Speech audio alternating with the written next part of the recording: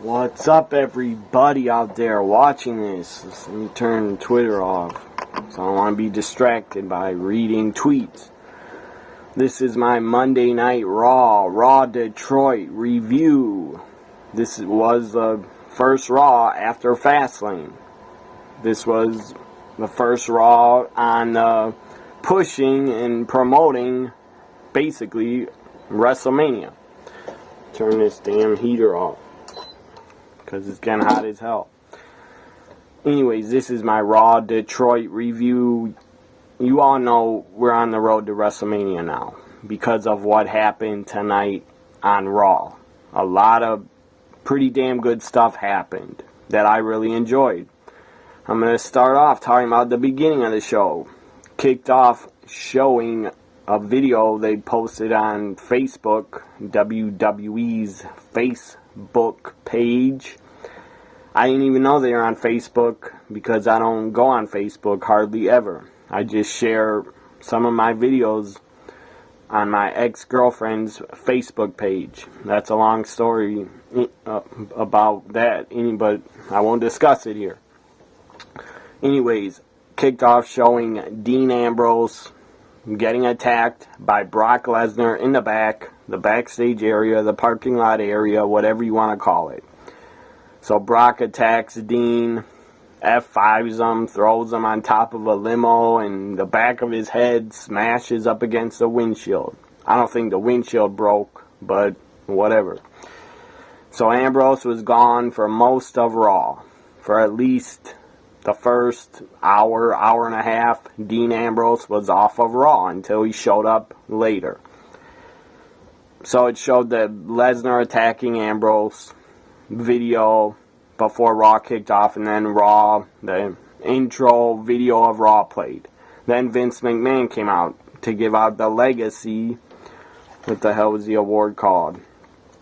The Legacy of Excellence Award. Vince came out, started talking about his father and grandfather, and that his family has been in the business for whatever, over 50 years, and he has second, third, fourth generation McMahons, and Stephanie's kids, and Shane McMahon's kids, so there's probably going to be a lot of McMahons around running things for probably the next 30, 40 years in WWE, or longer.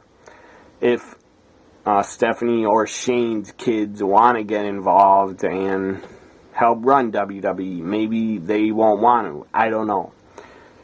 So the Legacy of Excellence Award Vince is giving out, and then he announces the winner of it is Stephanie McMahon. He says, crowd did not like that. Detroit did not like that. Detroit tonight was a pretty hot crowd. Pretty damn good crowd Detroit was tonight.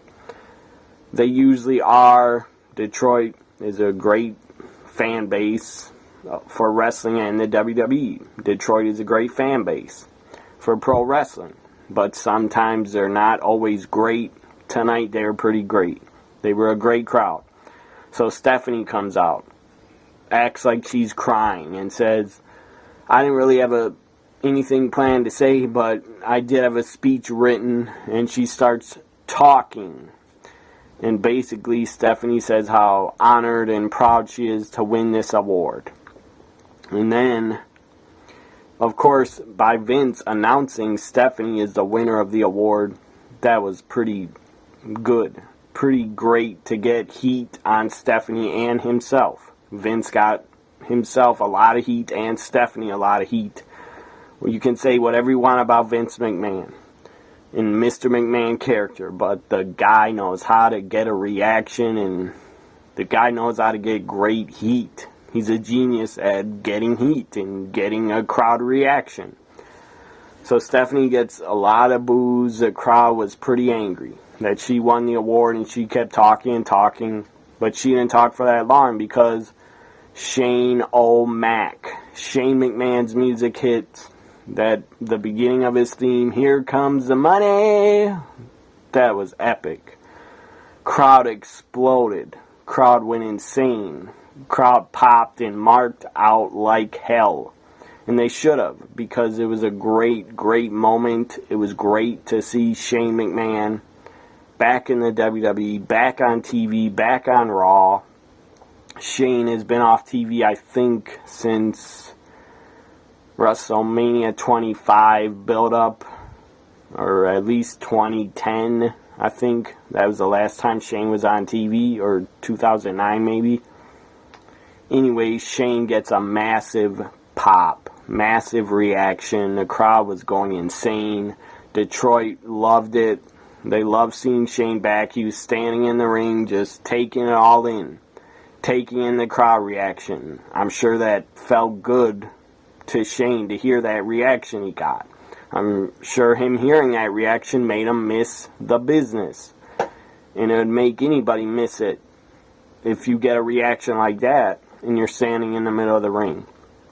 And then the crowd starts chanting, "Holy shit," very loud, "Holy shit" chant. And then they start, "This is awesome" chants. And then they start Shane O'Mac chants. I mean, the crowd, Detroit, loved seeing Shane McMahon back. It was a great moment. It was a great, epic, pretty legendary, great moment to kick off Raw with Shane McMahon returning, because the guy's been off TV a very long time, at least 6 years, or 5 or 6 years at least. Stephanie said to him, "You've been off TV 6 or 7 years. What the hell are you doing here?" And then Stephanie was yelling at Shane to get out of my ring. And then Shane said, "This isn't your ring. This is your father's ring." And he wasn't going anywhere. So then, I have some notes written down. That's what I'm looking down at. So then, Shane says to Stephanie, after she tells him to get out of her ring and stuff like that, Shane says, "You do not deserve this award at all." And then he says to Vince, he says, "She doesn't know why I'm here, does she? She has no clue why I'm here, does she? She doesn't know about the deal." And then he started laughing, saying, "You didn't tell her about the deal?" I don't know why I'm holding my hand like this. I don't have a microphone. Anyways, he says she doesn't know about the deal. And then Stephanie starts saying, "What deal? What deal? What are you talking about, Dad? What deal do you have with him?" And then Shane starts telling Vince, "Why don't you just tell her? Tell her right now." And then he goes, "No." Vince goes, "This isn't the place or time to be telling her." Anyways, Shane says he's been gone a long time and that he's bailed out Vince over some contract deal they had. I'm sure this is all storyline. I'm pretty sure Shane didn't really have to bail out Vince. Anyway, Shane just left on his own to start his own company and to work for some company in Japan. I believe they're like a video streaming service or something on demand service, as Shane McMahon has been the CEO of a company. He built it up. I'm sure he made great money, built up a company. That's what he did with his time away. I'm sure he didn't want to work for his daddy for the rest of his life, so he went off, did something on his own, was a success, and decided to come back, probably come back for the fans. And Vince might have even discussed with Shane, "I want you to return, will you return?" And Shane probably agreed. Or maybe it was Shane's idea to return. Or it could have been Vince and Shane's idea also. Could have even been Stephanie's and Triple H's idea that they thought Shane should return for WrestleMania to have a match for a storyline. So then Stephanie leaves the ring, and then Shane says, "I'm here because," I think Stephanie was in the ring for this. Shane starts saying, "I'm back because this place is going downhill. The ratings have been down. The stocks have been down. I don't know what else he said, not the attendance has been down, even though it probably has been for Raws and SmackDowns." So Shane just basically tells the truth, tells it like it is, and shoots from the hip, telling it like it is. What all the fans already know and think about WWE, that the product for the last couple years has been pretty bad and pretty piss poor and pretty pathetic. The creative team has been bad. The creative has been bad. Raws have been pretty bad, very boring. For the last couple years, I said on Twitter, I forgot what I said in a tweet, but I said the last 4 or 5 years of Raw has been pretty much shit. And I agree with that. Of course I do, because I tweeted it. Anyways, so Shane says the ratings are down, the stocks are down, that's why I'm back, because I don't want to see this place go out of business. He was saying, I have 3 sons, and they're going to be 5th generation McMahons. He says, I want this place, and basically he's talking about WWE, I want this place to be around in 40 or 50 years. That's why I'm back. And then he says, I'm back because I want to run Monday Night Raw. Now, I'm sure that's a storyline, him saying that. Because I never would believe that Vince would give up control of Raw to Shane.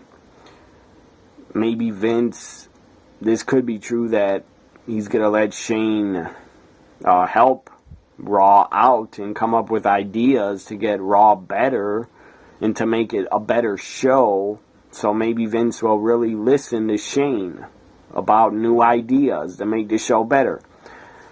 Even though Triple H is probably in Vince's ear giving him ideas to make the show better, and Vince is just stubborn and old and will not listen to Triple H. His son-in-law, maybe Vince will listen more to his actual son, Shane McMahon. Maybe he'll listen to him more and Raw will actually get better in 2016. But I believe that's a storyline. Him saying, I want to run Raw and make it better. When he said that, the crowd exploded and loved it. Vince said, Raw is the #1 show. It's the flagship of this company. You're not running a damn thing unless you have one more match, one night, one match. And I get to decide the opponent for you, Shane. Then Shane says, thinks about it for a while and says, you're on. I accept one more match. And then Vince says, I'm going to give you where it's going to be now and who your opponent's going to be. And then Vince points to the WrestleMania sign and says, at WrestleMania, you will face The Undertaker. Crowd was pretty shocked about that announcement. I was too. I didn't expect Vince to say The Undertaker. I thought Vince was going to be stupid and say, you're going to have to face and beat me. Nobody would want to see Vince against Shane because we already saw that at WrestleMania 17 in 2001. So nobody would want to see a 70-year-old Vince against whatever Shane is, 48 years old, 46 years old. I don't know what he is. But nobody wants to see that match. Even though Shane, I'm sure, will put on a fine performance with The Undertaker against Vince, it would not be a good match. There would have to be a ton of interference. And we don't need that because they already did it at WrestleMania 17. Undertaker versus Shane. This match gets me really excited for WrestleMania 32. I was not excited at all before Raw started.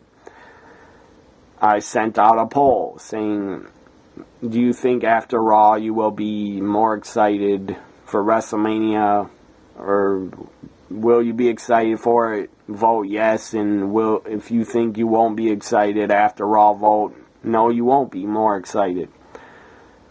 I'm pretty sure a lot of fans that watched Raw live, I'm pretty sure a lot of them are more excited to see WrestleMania 32 now and what's going to happen between Shane and The Undertaker and who's going to win. Well, then Vince says your opponent's The Undertaker, and that's not it. That's not all. It's also in Hell in a Cell.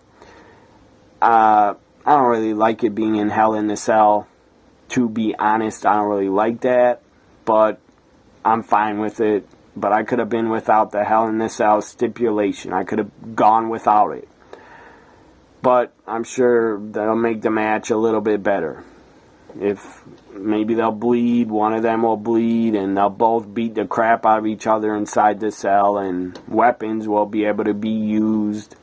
So maybe the cell match will probably will make the match a little bit better. But I would have been fine without a Hell in a Cell match, because we just saw one at WrestleMania 28, I think it was, or 29 or 28, with Triple H and Undertaker in Hell in a Cell. And the cell wasn't even used in that Taker Triple H match. It was pretty weak of a cell match. It was a good match, but it didn't have to be inside the Hell in a Cell because they didn't even use the Hell in a Cell cage. So I hope Shane and Taker use the cell a little bit better than Triple H and Taker did in their end of an era match. So if Shane defeats Undertaker, he gets control of Monday Night Raw. What does that mean? I guess it means Shane would be like the GM. He'd be on TV maybe every week running Raw. But if Shane would have to be on Raw every week, he might have to quit whatever job he's doing outside of WWE. Or maybe he won't have to if he just has to show up once a week. I don't know. So Shane would probably run Raw, and I don't think he'd run SmackDown, because SmackDown is the B show. There's no reason for Shane to show up on SmackDown. Raw is the #1 show still for the company. I expect Shane McMahon will win, but if I could see him losing also to Undertaker, because it would make sense to have the Undertaker win, and it would kind of make the Undertaker look pretty weak if he couldn't defeat Shane McMahon. But Shane will go balls out, balls to the wall. Shane McMahon is going to bring it all and bring everything he has at The Undertaker. You know that, because at WrestleMania, Shane McMahon always brings it. He brings his A game and just delivers. Just about every WrestleMania Shane has been in, he has delivered. And him and Undertaker, both of them, are going to try to put on a really good match, I expect, and both of them will deliver. I could see Shane losing, but I think he's going to win. If I'd put money on it, I would say Shane is going to win. Because why have him return on Raw and say he wants to run Raw? So that segment ends. It was great.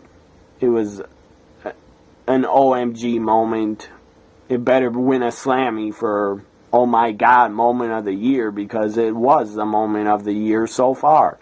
Shane McMahon returning. I never, before Raw started, even when Vince was in the ring with Stephanie, I expected Roman Reigns' music to hit and to Roman Reigns to come out and interrupt them, and it would have been boring crap, same old boring crap I've seen 100 times.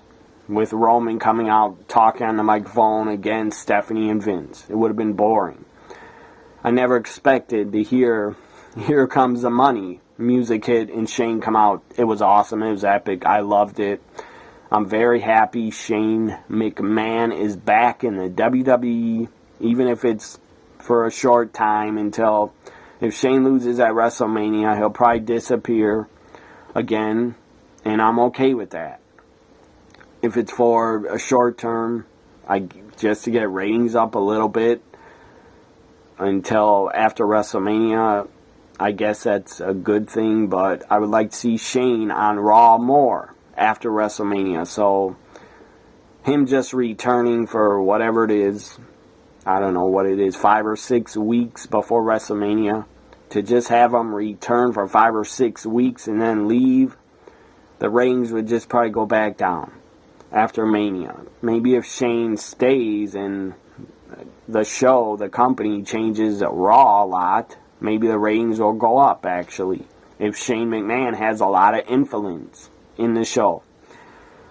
So that was a great kickoff to Raw. Epic, great moment in Raw history that kicked off Raw. I loved it. Up next we had Neville, a 6-man tag match. Neville, Lucha Dragons took on the New Day. In a 6-man tag, the New Day wins. This match was pretty fast-paced, pretty exciting, high-flying action. It was pretty good. Good 6-man tag. I enjoyed it. New Day wins. Up next, we had Roman Reigns backstage being interviewed by JoJo. And he looked like he was looking at his cell phone, talking about Dean Ambrose. I have to go find Dean Ambrose and find out if he's okay or some crap like that. And then JoJo says, last night was the biggest moment of your career. You should be celebrating right now, but you're worried about Dean Ambrose. And then Roman basically, then it ends. His interview segment ends. I could really see Ambrose turning, or it'd kind of be stupid, but because I think Roman should turn heel at WrestleMania or after it. But if he doesn't, I could see Ambrose turning and beating the hell out of Roman after WrestleMania, on the Raw after Mania. It could go either way, but I think Roman should turn heel because he's already booed in 90% of the arenas WWE goes in. And the fans just, except for a couple females that I hear scream, or maybe a couple hundred females scream, Roman is not liked by the fans. I don't got a problem with him, but I'm not a fan of his. But I don't hate him. I don't hate him being champion, but they need to turn Roman Reigns heel at WrestleMania or after it. Because he's already getting booed like crazy. He's already not liked by the fans. So turn him heel already. Or after Mania, turn him heel. So after that Roman interview, we had... they promoted Brock Lesnar coming out next. Coming out to the ring with Paul Heyman. So Brock Lesnar and Paul Heyman come out. Paul Heyman cuts a promo. It was epic. Paul Heyman is a god at cutting promos. The guy is genius and super, super entertaining. And very, very, very good at promos. So then, Brock, Heyman are in the ring during their interview, and ambulance siren is going off backstage.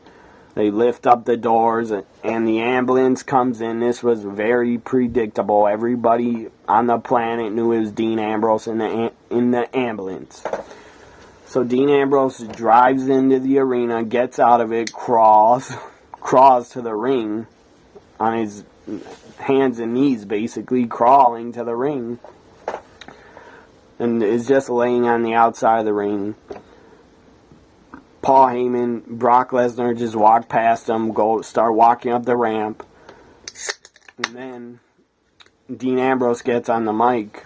Somehow he got a mic handed, or maybe they dropped the mic by him. I don't know how he got a microphone, because he was laying on the ground. He says, Lesnar, get your ass back here. And then he says, I want to challenge you for a match at WrestleMania, no holds barred, street fight. So then Paul Heyman, Brock goes back after Dean basically says, bring your ass over here. Brock F5s Dean Ambrose. He's laid out on the floor. Then Paul Heyman lays down on the floor. That was pretty funny. Had the mic and said, your challenge is accepted for WrestleMania. So it's Ambrose, Brock Lesnar at WrestleMania, no holds barred match, street fight. The other WrestleMania match that was made was Shane Taker. So now we got Ambrose, Brock. So far, it's looking like a good WrestleMania card. And we still have Triple H and Roman, which will be probably a better match than I'm expecting. Because Triple H is in it, and the guy's a veteran. He'll carry the match. So, after Heyman laid down and said, your challenge is accepted, then after that we have the Usos come out in their shit, lame, stupid entrance that I hate. The Usos come out, get in the ring, and then the Dudley's music hits. Well, the Ascension, I believe, was already waiting in the ring. They came out during a commercial. And then the Dudleys come out. Dudleys are on the stage and cut a very good promo. Very, very good. Devon and Bubba Ray can still talk on the mic and get great heel heat. Love the Dudleys on the mic. Love them in the ring. They're legendary tag team. The Dudleys are great. Both of them are great. But Bubba Ray is a little bit better on the mic. So the Dudleys do very good promo. Great work. And then the Ascension versus the Usos start, which was pretty boring. And I didn't care for it. Why is the Ascension even on Raw? They get zero reaction and nobody cares about them because creative and Vince killed the Ascension. They killed their characters, so nobody cares about them. It's pretty sad because the Ascension are two talented guys, but their characters or gimmicks are just fucking killed. Their characters have been buried 6 feet under and they cannot crawl out of the grave. My opinion. They are not going to crawl out of being buried unless they go away for a long time, go back to NXT maybe again, or change their characters and come back in a couple months, come back and have new characters, or change their look. They need to do something to change their characters and change the Ascension gimmick because it's not working, because creative team killed it and made them look like a fucking joke of a tag team when they came in, I believe, last year. Or maybe I think 2015, they came on the main roster. So the Usos win. I didn't care. I want to see the Dudleys destroy the Usos again. Up next we had Y2J, Chris Jericho come out, cut a promo, give a lot of respect to AJ Styles, and he talked about AJ and said he heard about him for years and years, that AJ Styles was the phenomenal one and he was the best. And then Jericho says after being in the ring with him, he said something like this: after being in the ring with him, I agree, AJ is phenomenal.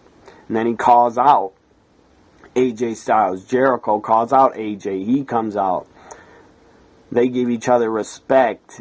AJ, I don't even know if AJ talked, but the stupid social outcasts come out and interrupt them. So then the dumb social outcasts get on the mic and talk, and nobody cared.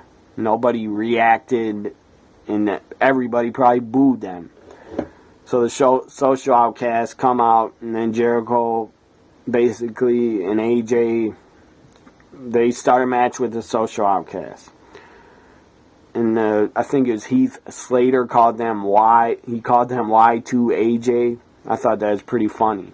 And that's a good name for them. If they're going to be a tag team, Y2AJ works.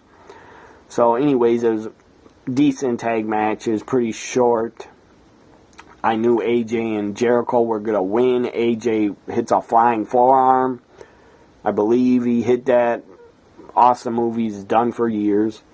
And then Jericho locks his opponent in the walls of Jericho. I forget which members of the social outcasts were in the ring. I don't really care because they're irrelevant to me.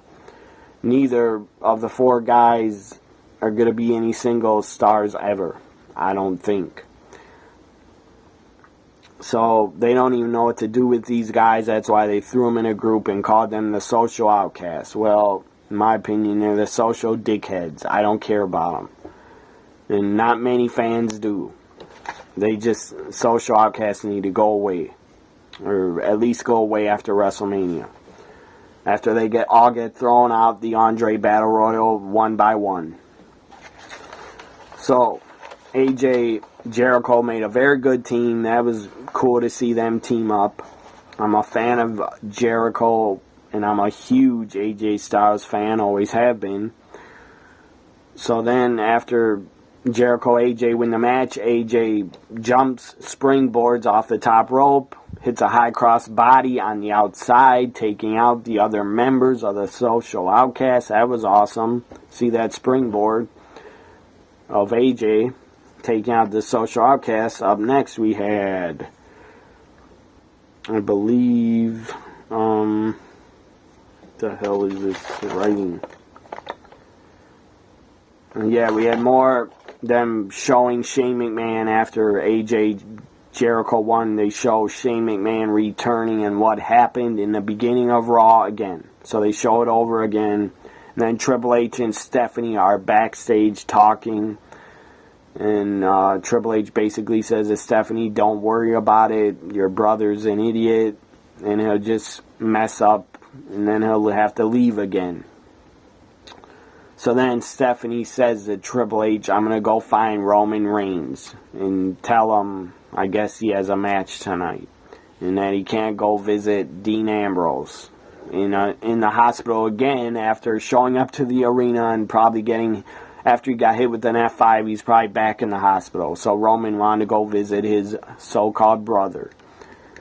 And that's just so stupid. I hate them keep calling them brothers. Roman and Dean are brothers. No, they're not. And quit calling them that. I get it that they were in the Shield and they're calling them the Shield brothers, or they're calling them brothers in arms, whatever. That's stupid. Quit calling them brothers. Just quit that. So then Raw comes back from commercial. Stephanie stops Roman in the hallway and says, you have a match tonight. You're not going anywhere. You're not going to visit Ambrose. You have a match tonight in the main event against Sheamus, and the League of Nations will be at ringside and they can do whatever they want. Because they're pissed off that Roman is getting the main event spot. That's what Stephanie basically said. So then after Stephanie tells Roman he must have a match with the Rooster in the main event, then we have a Golden Truth segment. Again, crowd was dead silent for this backstage segment. They didn't care one bit. Goldust starts talking, saying, I baked you. He's trying to give R-Truth a cake that he bought him. It was pretty stupid, but I don't know why R-Truth is being so damn mean to Goldust. That's just makes no sense to me. That he's acting like he hates Goldust with a passion and will refuse to tag with him. That makes no sense, really. Unless they're just trying to make it seem like R-Truth hates Goldust because he's a weird character and a weirdo. I don't know. But it's stupid. Even though they're not teaming up, they already came up with a team name for them. Golden Truth. What do you know? So that tells you right there they are going to team together, probably at WrestleMania or on the kickoff. They'll probably have a tag match. Maybe the Golden Truth will be added to a tag title match. I could see that happening at WrestleMania. So then R-Truth says, I'm not going to put the cake in your face because I'm not mean like that. And then he ends up doing it and pushing the cake in Goldust's face. So after that ended, we had a Fastlane 6-man tag rematch, which was really stupid to put it on Raw. But I expect that after pay-per-views, Raw always has pay-per-view rematches. But I did not want to see Kane, Ryback, or Big Show. I did not want to see them team up again, but we had to watch it. Or you didn't have to watch it. Hopefully you left the room and did not watch it. Or turn the channel. Because the 6-man tag was boring as hell. The only thing different was Bray Wyatt was involved in the match this time. I don't know why he wasn't at Fastlane. That was stupid. Bray Wyatt, his character should be booked like the early days of the Undertaker character, where Taker would not even leave his feet and not barely sell. He basically, Undertaker's early character was the guy wouldn't even sell. That he was being hurt or punched. He wouldn't sell it. That's what Bray Wyatt should be doing. He should be being booked like the Undertaker character to basically, Bray Wyatt is that good. He deserves to be booked like the Undertaker, my opinion. He shouldn't even be involved in 6-man tag matches and tag matches. He should only be involved in pay-per-view matches, in my opinion. And just cut promos, and then Bray should be wrestling and working at pay-per-views, not involved in tag matches, because he deserves better, in my opinion. The guy, Bray Wyatt, could be so much better. He could be a WWE champion if they push him and book him the right way. But I don't see that happening. Maybe in the summer, Bray Wyatt will win the WWE title, but I don't see it happening. Maybe it will. And hopefully it does happen, because I am a big fan of Bray Wyatt and his work and his promos. So the Wyatts win this 6-man tag. Ryback leaves a match because he was mad. And it made no sense, because backstage in an interview, Ryback says, "I left because I have to do things on my own." Why? That made zero sense to me. You leave your tag partners because you want to be alone and stand up for yourself? That makes no fucking sense, and it was stupid. I hate Ryback as a talent. I have zero interest in him. He's boring as hell. Rybar bored me tonight. Even his interviews are boring. Up next, we had Divas action. Sasha Banks taking on Naomi. And I hope all you Naomi marks are angry and mad that she lost again. And you're blaming WWE that Naomi lost. And you're blaming WWE that she's not the Divas champion right now. Well, too bad. She's not the Divas champion because her time and her character has passed. Her character is not over. It's maybe over with 5 or 10% of the audience. That's it. She gets zero reaction when Naomi comes out. She gets no reaction, basically. And she is a good worker. She knows how to wrestle, and she does some good moves sometimes. But it doesn't matter. Her time has passed. The company, this is my feelings towards what WWE thinks of Naomi. It's not just me holding Naomi down like all you marks of Naomi think. That makes zero sense, because I have zero power in what WWE does with Naomi. I'm just saying. As a company, I'm sure they are done pushing Naomi. As a company, they see nothing in her, and she gets no reaction, so why would they give her the Divas title? That makes no sense. Charlotte gets a better reaction because she's a heel, and at least Charlotte is getting some reaction from the crowd. Naomi gets zero reaction, so she's not going to be a Divas champion in 2016. So all you marks, go hide under your bed until Naomi becomes champion, and then you can come out of your bed in 3 years from now, if she's still with the company, and maybe wins the title. Or you'll probably be hiding under your bed forever, because I don't think Naomi's ever going to be champion, and I don't think the company is ever going to make her champion. When her contract's up, she'll probably decide to leave, whenever that is, in 2 or 3 years. She could even be released after WrestleMania. If she is released after WrestleMania, I would not be shocked. So up next, after Sasha Banks wins, makes Naomi tap out again. Every single match Naomi's in with Sasha or Becky, she's tapping out, just about. So, Becky comes out, helps Sasha. She comes out, helps Sasha a little bit, and then Sasha wins with the bang statement and a tap out win for the boss. Bravo to Sasha Banks. I love her work. She should be the next Divas champion, in my opinion. If not Sasha first, then Becky should win it. But I would like to see Sasha win it first. So up next we had Stephanie backstage with her dad, Vince, and they were talking. And Stephanie's worried that Shane McMahon could take over Raw, or take over the entire WWE from Vince. And then Stephanie says to Vince, her dad, she says, I don't want to be working under my brother and have him telling me what to do, having me and Triple H take orders from Shane. That'd be pretty funny if that happened. But whatever.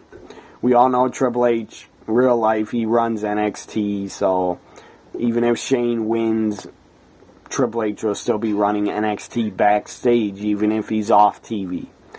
And even if Shane would try to say on TV, I'm running NXT now, and I'm taking over control from Triple H, that'd probably be a lie, and I still see Triple H running NXT, because this is just a storyline. But I think Shane could be giving Vince some ideas how to make Raw better. Maybe that's why he came back, because he wants to contribute to making Monday Night Raw better and making Monday Night Raw must-see TV again. So now Vince then says to Stephanie, The Undertaker is not going to lose to Shane McMahon, and Shane doesn't have any chance in hell of beating The Undertaker. But I think Shane does have a good chance. So, now the main event, which was pretty lame, very boring, until Triple H came out and saved it. And saved the main event segment. He saved it. Sheamus and the Rooster, Shame-ass, that jerk-off Rooster, he went up against Roman. It was a boring main event. I didn't care to see it. I've seen this match at least, felt like 50 times. Even though it's probably been on TV, Raw, SmackDown, probably, I don't know, over 10 times. I'll say over 10 times in tag matches and singles matches. But it feels like I've seen Roman, Sheamus at least 50 times, and I'm sick of it.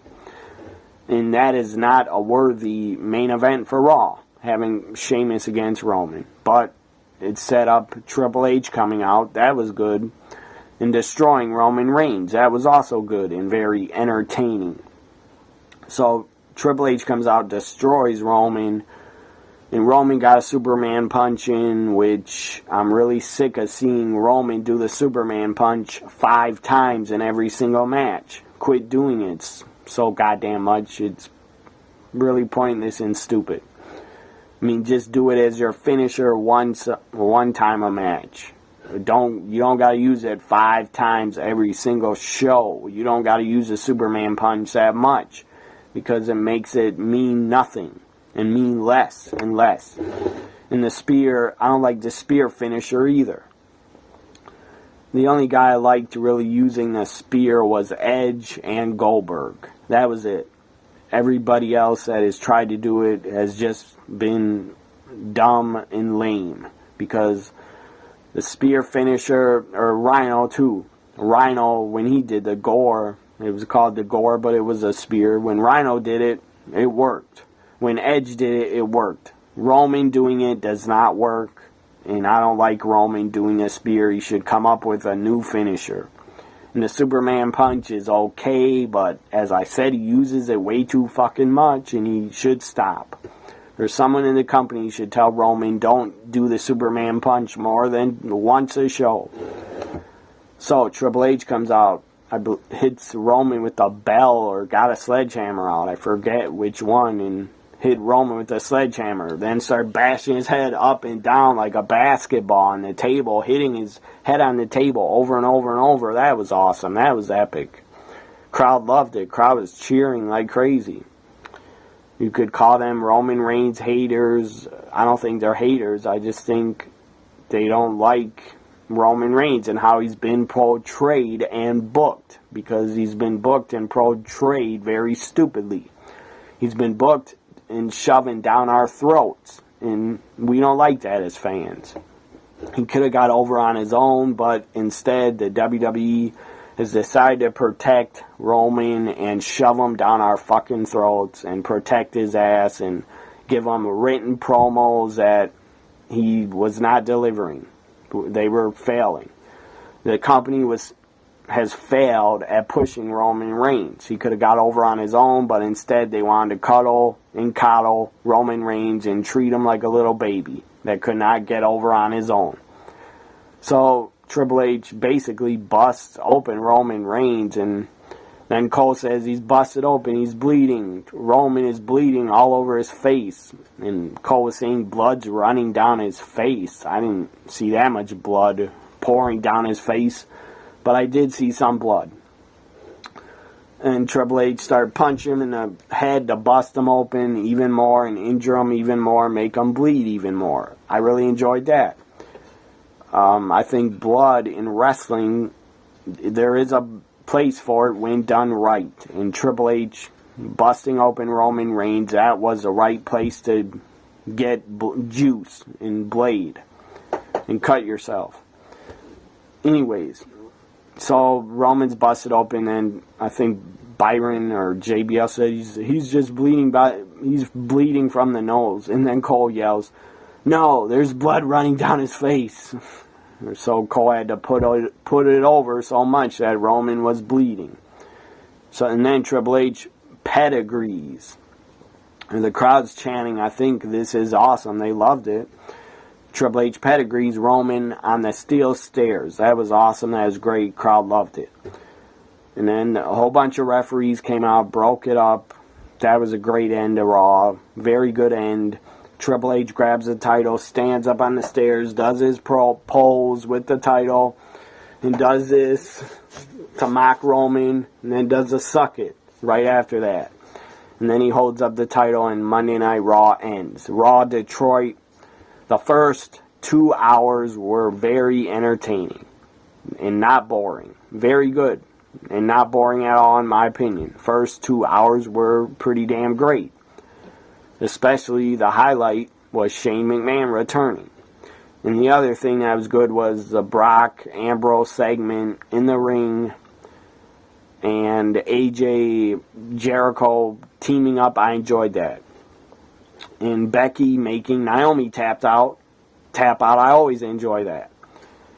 I'm a huge fan of Sasha Banks as a character and a wrestler.